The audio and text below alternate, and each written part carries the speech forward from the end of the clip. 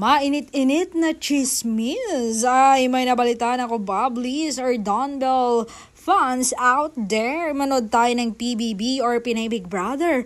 Pumasok ang Gen Z superstar na si Bel Mariano sa bahay ni Kuya. Tila nag-promote ata ng kanyang movie na Meet, Greet, and Buy. Manood na tayo ngayon na! Anong pakiramdam niyo tuwing nakikita niyo yung chat? Namimiss niyo na yung family niyo? Namimiss niyo na yung anong pakiramdam niyo tuwing nakikita niyo yung chat?